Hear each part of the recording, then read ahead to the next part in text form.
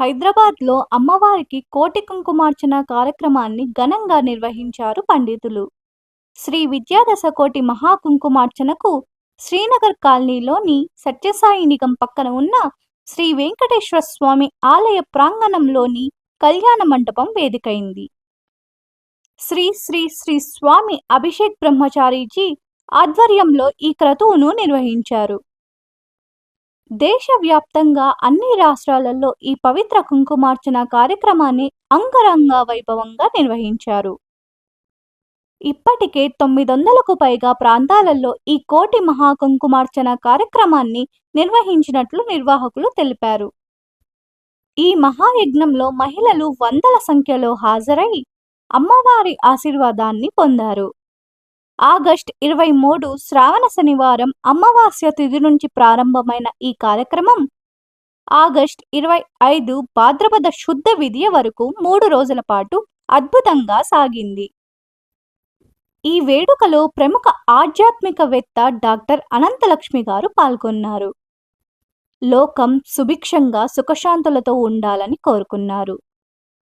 శ్రీ విద్యాదశకోటి మహాకుంకుమార్చన దైవిక కార్యక్రమంపై స్వామీజీ ఆశీర్వాదాన్ని తమ అమృత భాష్యం రూపంలో భక్తులకు ఇచ్చారు.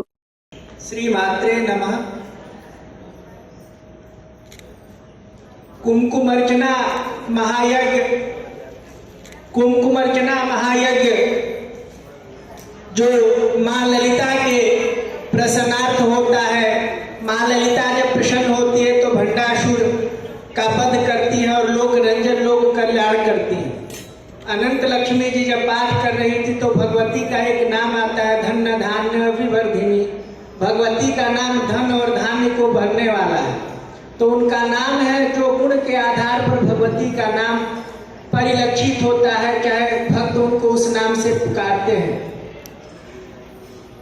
भगवती लोक रंजन करती है, सबका कल्याण करती है। इसी क्रम में भगवती ने सिंदूर का रूप और सिंदूर के स्वरूप को परिपूर्ण करने के लिए ऑपरेशन सिंदूर के रूप में भारत का गौरव पूरे विश्व में स्थापित किया। और सिंदूर ऑपरेशन के रूप में जो भारत की गौरव और ख्याति पूरे देश में फैली, इसको भुलाया नहीं जा सकता। एक चिटकी सिंदूर अगर कोई माता को अर्पित करता है तो उसका फल क्या होता है, इसका अनुभव आप लोगों से अच्छा कौन जान सकता है।